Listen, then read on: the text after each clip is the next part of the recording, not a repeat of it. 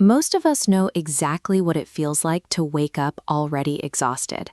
You step out of bed, and almost immediately, the crushing weight of daily life presses down on you. Modern life demands that we carry a baseline of heavy responsibilities: jobs, families, basic survival. But we compound that weight by loading up our shoulders with the future, endless uncertainties, and the opinions of everyone around us. Theology has a very specific word for our natural state. It is called finitude. We are limited. The biblical writer of Psalm 103 points out that God understands our humanity, remembering that we are formed out of dust. We, however, tend to forget our own limits.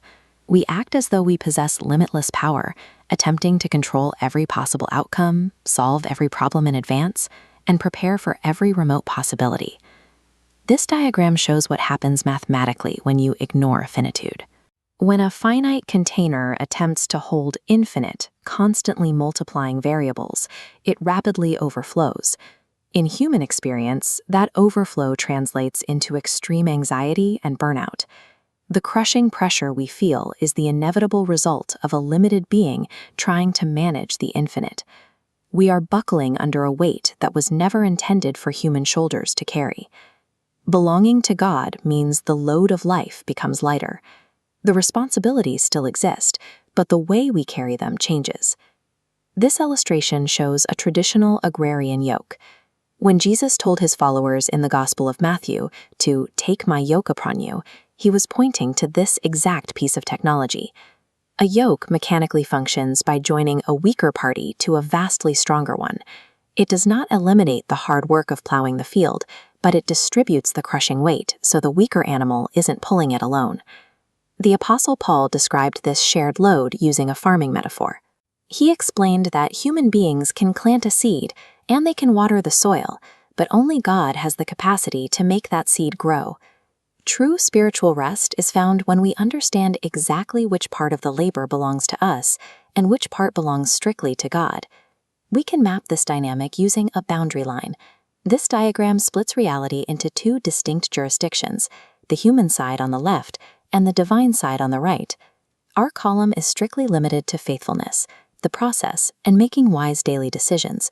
We show up, we work diligently, we love people, and we pray. God's column encompasses all ultimate outcomes. His jurisdiction includes changing human hearts, opening and closing doors, and controlling the future. Our anxiety spikes the moment we cross this boundary. We drag variables from God's column over the line into our own, forcing our finite capacity to buckle under the pressure of uncontrollable outcomes. When the Bible commands us to cast our burdens on Him, it is simply instructing us to return those outcome-based items back over the boundary to their rightful owner. Surrendering the results sounds like a risk. We need to know if the party on the other side of the yoke is actually strong enough to carry the variables we let go of. The biblical argument for God's capability rests on a burden much larger than our daily worries. Before God asks us to hand over our anxieties, He demonstrates His strength by handling the most infinite weight in human history. That weight was the collective guilt and consequence of sin. According to the Gospel, Jesus took that burden onto Himself on the cross, carrying a load that no human effort could ever move. This historical act serves as the proof of capacity.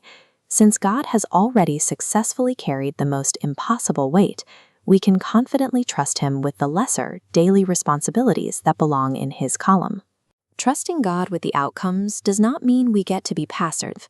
It is not an excuse to stop trying. Noah trusted God, but he still had to cut the wood and manually build an ark. David trusted God, but he still had to walk onto a battlefield and physically face Goliath. This is the paradox of active trust. You give maximum wholehearted effort to the tasks in your column while completely surrendering the results in God's column. True faith means refusing to be lazy about the process, but firmly refusing to worry about the result. Whenever you start to feel that familiar exhaustion creeping back in, use this daily framework and ask yourself two questions. First, what has God asked me to do today? Identify your immediate tasks and execute them with total diligence. Second, what belongs to God alone? Identify the variables you cannot control and explicitly release them in faith.